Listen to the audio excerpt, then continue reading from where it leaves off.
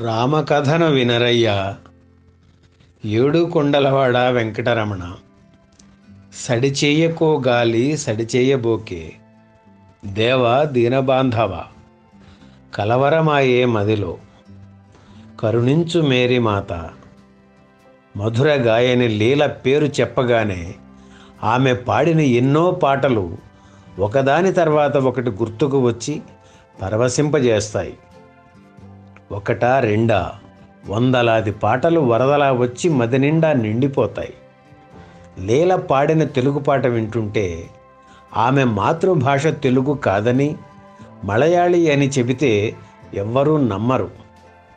ఆమె ప్రతిభకే కాక పాట పాడడంలో తనకున్న శ్రద్ధాసక్తులకు ఇది నిదర్శనంగా చెప్పాలి. పట్టుబట్టి తెలుగు నేర్చుకుని క్లిష్ట సమాసాలు కలిగిన ఎలాంటి పాటనైనా అవలీలగా పాడి శభాష్ అనిపించుకున్నారు లీల. 15 ఏళ్ల పాటు నేపథ్య గాయనిగా తెలుగు చిత్ర పరిశ్రమలో ఓ వెలుగు వెలిగారు. ఆనాటి ప్రముఖ హీరోయిన్లు అంజలీదేవి, సావిత్రి, మాలతి, జి వరలక్ష్మి, దేవిక, బి సరోజాదేవి, కృష్ణకుమారి, రాజసులోచన, శ్రీరంజని, లక్ష్మీరాజ్యం ఇలా అందరికీ పాడి మెప్పు పొందారు లీల. కేవలం తెలుగులోనే కాకుండా కన్నడ, తమిళ, మలయాళ, సింహళ భాషల్లో వేలాది పాటలు పాడారు. వాస్తవానికి తన మాతృభాష మలయాళంలోనే ఆమె తక్కువ పాటలు పాడారు. తెలుగు సినిమా నేపథ్య గానానికి ప్రతిష్ఠ సమకూర్చిన లీల సినీ జీవిత విశేషాలు ఈ వీడియోలో చూడండి. ఈకే కుంజన్ మీనన్, మీనాక్షి కుట్టి దంపతులకు 1931లో పుట్టారు గాయని లీల. ఈ దంపతులకు 3 ఆడపిల్లలే. చివరి అమ్మాయి లీల. కుంజన్ మీనన్ ఉపాధ్యాయుడిగా పనిచేసేవారు. ఆయన భార్య ఇద్దరు సంగీత ఆరాధకులే. తమకు పుట్టబోయే సంతానానికి సంగీత కళలో అభిరుచి ఉండాలని వారి కోరిక. అందుకే మీనాక్షి గర్భవతి అయిన మరుక్షణం నుంచి దేశంలోని ప్రముఖ గాయకులు పాడిన పాటల రికార్డులు కొని తెచ్చి వాటిని వింటూ కాలక్షేపం చేయమని భార్యకు చెప్పారు మీనన్. ముందు పుట్టిన 2 ఆడపిల్లల విషయంలో వారి కోరిక ఫలించలేదు. కానీ లీలకు మాత్రం పుట్టుకతోనే సంగీతం అబ్బిందని చెప్పాలి. లీల పూర్తి పేరు పురయత్ లీల. 5వ ఏడు రాగానే స్కూల్లో చేర్పించారు ఆమె తల్లిదండ్రులు. సంగీతం నేర్చుకోవడానికి మణి భాగవతార్ దగ్గర చేర్పించారు. అటు చదువులో ఇటు సంగీతంలో చిన్నతనం నుంచే ప్రతిభ ప్రదర్శించేవారు లీల. కూతురి ప్రతిభ 10 మందికి తెలియాలంటే చెన్నపట్నం వెళ్ళాలని, అక్కడ లీలకు కర్ణాటక సంగీతం నేర్పించాలని మీనన్ నిర్ణయించుకున్నారు. 25 ఏళ్లుగా ఉంటున్న ఎర్నాకుళం పట్టణం వదిలి మద్రాసు చేరుకున్నారు. లీల అక్కడ కర్ణాటక సంగీతం నేర్చుకుంటూ ఆల్ ఇండియా రేడియోలో మలయాళ నాటకాల్లో పాల్గొనేవారు లీల. అలాగే రేడియోలో పాటలు పాడుతూ పాట కచేరీలు చేస్తూ తన ప్రతిభకు పదును పెట్టుకున్నారు లీల. కూతుర్ని నేపథ్య గాయనిని చేయాలనే ఆలోచన మొదట్లో మీనన్కు లేదు. అయితే ఆ అవకాశమే లీలను వెతుక్కుంటూ వచ్చింది.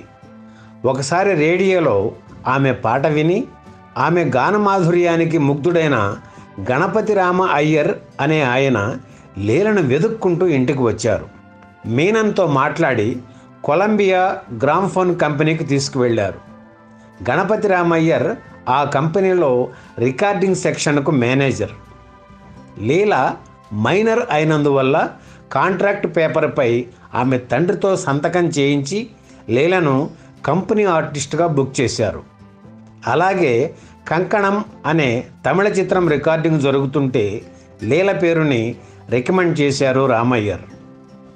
ఆ సినిమాలో లీలతో మొదట 3 పాటలు పాడించాలని అనుకున్నారు.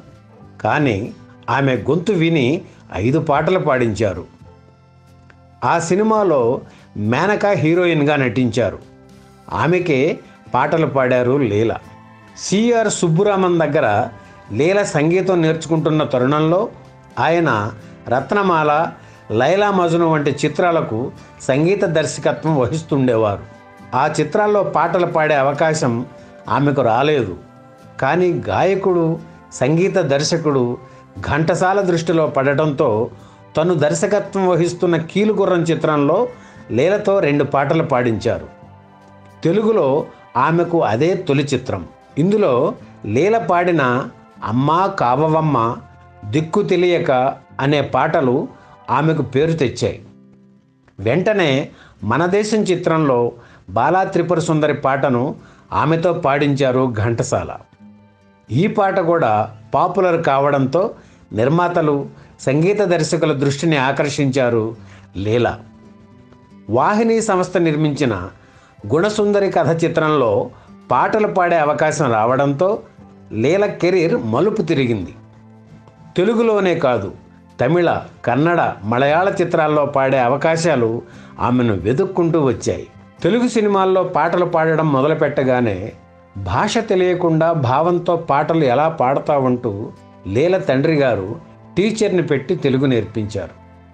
అపూర్వ సహోదరులు, సంసారం, శ్రీలక్ష్మమ్మ కథ చిత్రాల్లోని పాటలు లీలకు ఎంతో పేరు తెచ్చాయి.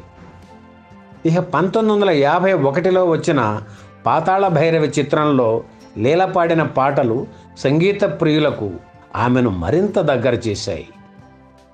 1952లో వచ్చిన పెళ్లి చేసి చూడు చిత్రంలోని పాటలతో లీలను మించిన గాయని దక్షిణ భారతదేశంలోనే లేదనే భావం కలిగించింది. విజయ సంస్థ నిర్మించిన మిస్సమ్మ, మాయాబజార్ చిత్రాల్లో లీల పాడిన పాటలు చరిత్రలో చిరస్థాయిగా నిలిచిపోయాయి. అయితే లీల ప్రతిభ విజయవారి చిత్రాలకే పరిమితం కాలేదు. సంసారం, జయసింహ, ఇలవేలుపు, తెనాలి రామకృష్ణ, పాండురంగ మహాత్మ్యం, భలే అబ్బాయిలు, లవకుశ, రాజమకుటం, జయం మనదే, సువర్ణ సుందరి, బ్రతుకు తెరువు, ఇలా ఒకటా రెండా చెప్పుకుంటూ పోతే వేలాది పాటలు కనిపిస్తాయి, వినిపిస్తాయి. నృత్య గీతాలు, భక్తి పాటలు, విషాద గీతాలు పాడడానికి లీలకి అవకాశాలు వచ్చాయి. కానీ హీరోయిన్లకు హుషారైన పాటలు పాడే అవకాశం 1964 నుంచి ఆమెకు తగ్గాయని చెప్పాలి. అప్పటికే రంగప్రవేశం చేసిన గాయని పి. సుశీల ఎటువంటి పాటనైనా అవలీలగా పాడగలనని నిరూపించుకోవడంతో లీలను దాటేసి ఆమె ముందుకు దూసుకుపోయారు. అయినా లీల బాధపడేవారు కాదు. భగవంతుడి దయ వల్ల తెలుగులో ఎక్కువ పాటలు పాడాను, పేరు డబ్బు సంపాదించుకున్నాను, నాకు ఎంత ప్రాప్తమో అంతా వచ్చిందని నమ్ముతాను అనేవారు లీల వినయంగా. నాకు భక్తి పాటలంటే ఇష్టం. నా ఇష్టదైవం శ్రీకృష్ణుడు. కరుణ, విషాద గీతాలు కూడా పాడాను. హుషారు పాటలు ఎక్కువగా పాడలేదు, కానీ శృంగారం, ప్రేమ, కొంటెతనం కలిగిన పాటలు పాడినప్పుడు బాగాలేదని ఎవ్వరూ అనలేదు అని చెప్పేవారు లీల. లీల పెళ్లి చేసుకోలేదు. తన జీవితాన్ని సంగీతానికి అంకితం చేశారు. సినిమాల్లో పాటలు పాడటం తగ్గిన తర్వాత రేడియోలో పాడారు, కచేరీలు చేశారు. మహానటి సావిత్రి దర్శకత్వం వహించిన చిన్నారి పాపల చిత్రానికి లీల సంగీత దర్శకత్వం వహించారు. అందరూ మహిళలే ఆ చిత్రానికి పనిచేయడం విశేషం. పి. లీల గొంతును ఎక్కువగా అభిమానించిన వారిలో ఘంటసాల మొదటివారు, ఎస్. రాజేశ్వరరావు రెండవ వారు. వీరిద్దరి సంగీత దర్శకత్వంలో చక్కని పాటలు పాడారు లీల. గుండమ్మ కథ చిత్రంలో సావిత్రికి అంతవరకు లీల ప్లేబ్యాక్ పాడినా ఆ చిత్రంలో అలిగిన వేళనే చూడాలి అనే పాటను పి. సుశీలతో పాడించడం ద్వారా లీల నుంచి సుశీలకు మొగ్గడం బాగా కనిపిస్తుంది. గాయనిగా 1969లో కేరళ స్టేట్ అవార్డు, 2003లో life time achievement award, Tamil Nadu ప్రభుత్వం నుంచి 1992లో కళైమామణి అవార్డు లీల అందుకున్నారు. ఆంధ్రదేశ ప్రభుత్వం నుంచి ఆమెకు ఎటువంటి అవార్డు రాలేదు. జీవితపు చివరి దశలో లీలను ఆస్తమా వ్యాధి కుంగదీసింది. బాత్రూంలో జారిపడి తలకు దెబ్బ తగలడంతో ఆసుపత్రిలో చేర్పించారు. మెదడులో రక్తం గడ్డకట్టడంతో దానికి శస్త్రచికిత్స చేయించారు. కోలుకుంటున్న తరుణంలో న్యూమోనియా సోకింది.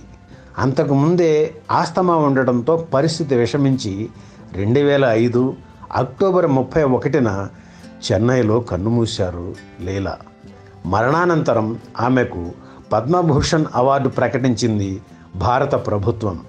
ఈ వీడియో మీకు నచ్చితే లైక్ చేయండి, షేర్ చేయండి, వెంటనే సబ్స్క్రైబ్ కూడా చేయండి.